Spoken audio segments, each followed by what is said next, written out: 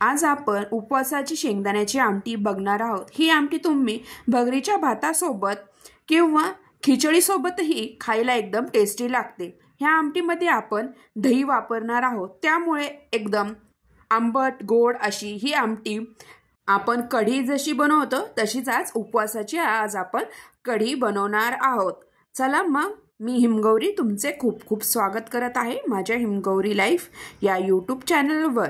आपल्याला इथे काय काय साहित्य लागणार आहे ते बघूया। मी एक मिक्सरचे भांडे घेतलेले आहे, त्यामध्ये इथे भाजलेले शेंगदाणे घेतलेले आहे। जर तुमच्याकडे शेंगदाण्याचा कूट असेल तोही तुम्ही मिक्सरमध्ये टाकून व तुम्हाला तुमच्या आवडीनुसार इथे तुम्ही हिरव्या मिरच्या वापरू शकता, तुम्हाला जसे तिखट हवे आहे तसे। मी इथे 2-3 हिरव्या मिरच्या टाकलेल्या आहेत आणि चवीनुसार मीठ। आता हे आपल्याला शेंगदाण्याचा कूट वाटून घ्यायचा आहे। आता हे वाटून झालेले आहे। आता यामध्ये थोडेसे पाणी टाकून आपल्याला पातळ अशी पेस्ट बनवायची आहे।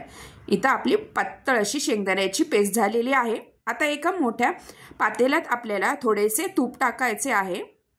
आता तूप गरम झाले की त्यामध्ये आपल्याला तडका देण्यासाठी जिरे वापरणार आहे।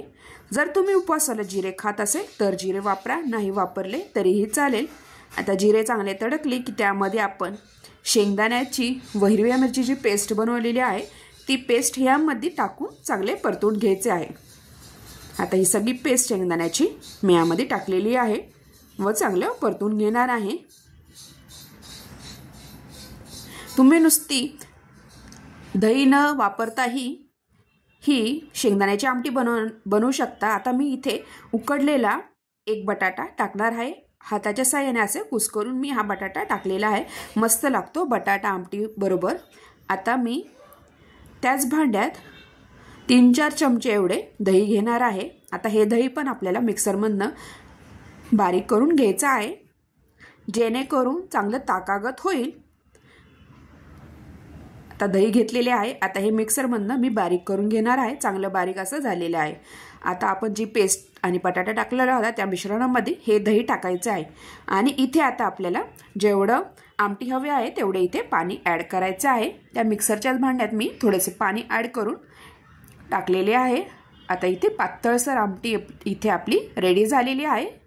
मस्तपैकी तुम्ही उपवासाची कढीही असं बोलू शकता, भगरीसोबत खायला एकदम टेस्टी। आता ही आमटी आपल्याला जास्त उकळून द्यायची नाही, सारखी हलवत राहायची आहे, नाहीतर आपण जे दही टाकलेले आहे ते फाटू शकते। तर छानपैकी आपल्याला उकळत आले त्यावेळेस चांगल्या चमच्याने हलवत राहायचं, जेणेकरून आपण जे दही टाकले ते फाटू नये म्हणून।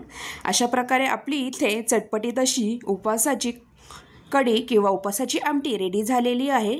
तुम्हाला ही रेसिपी कशी वाटली नक्की कमेंटद्वारा कळवा व माझ्या चॅनलवर नवीन असाल तर प्लीज चॅनलला लाईक, शेअर आणि सबस्क्राईब करायला विसरू नका। आता छानपैकी आंबट गोड अशी टेस्ट यावी यासाठी आपल्याला थोडीशी इथे साखर टाकायची आहे। जर तुम्हाला साखर आवडत नसेल गोड तर नाही टाकली तरी चालेल। अशा प्रकारे तुम्ही हा व्हिडिओ शेवटपर्यंत बघितल्याबद्दल तुम्हा सगळ्यांचे खूप खूप धन्यवाद। पुन्हा भेटूया अशाच नवीन रेसिपीसोबत, तोपर्यंत तुम्हा सगळ्यांना बाय बाय। ह्या नवरात्रीला उपवासाला तुम्ही अशा प्रकारे उपवासाची आमटी करू शकता।